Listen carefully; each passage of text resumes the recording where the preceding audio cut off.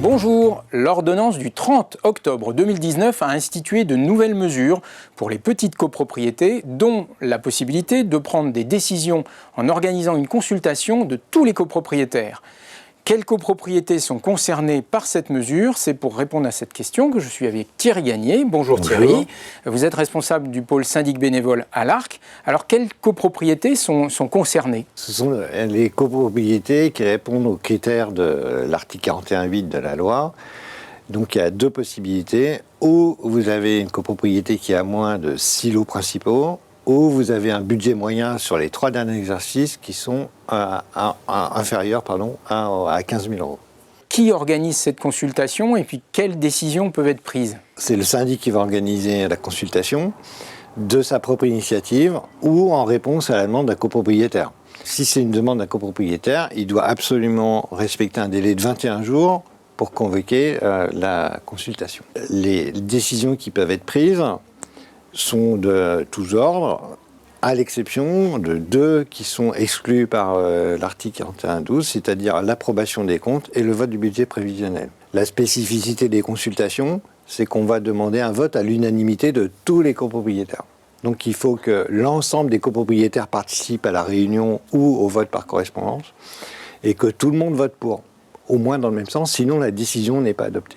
Quelles sont les modalités d'organisation? Le syndic peut organiser de plusieurs façons différentes la consultation. Il peut organiser sous forme de réunion physique, donc tous les copropriétaires vont participer physiquement à une réunion et discuter et voter. La visioconférence peut être possible si l'AG a préalablement établi ce moyen de participation aux AG à l'Assemblée générale. Et il peut aussi organiser une consultation entièrement par écrit. Dans ce cas-là, chacun des copropriétaires enverra un écrit avec le sens de son vote pour chacun des points, s'il y a plusieurs points à l'ordre du jour. Est-ce qu'il faut rédiger un procès-verbal? Oui, le syndic doit rédiger un procès-verbal dans lequel chacune des décisions, on aura le contenu exact et détaillé, et sur lequel on va consigner le sens des votes de chacun des copropriétaires présents si c'est en réunion.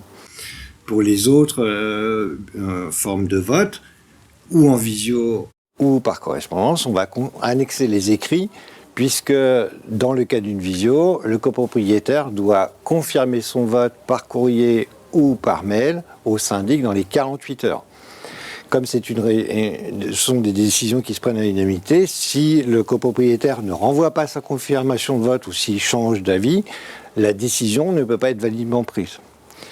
Ensuite, le PV d'AG, il va donc être conservé dans le registre des PV d'AG comme n'importe quel document qui fait foi d'une décision du syndicat.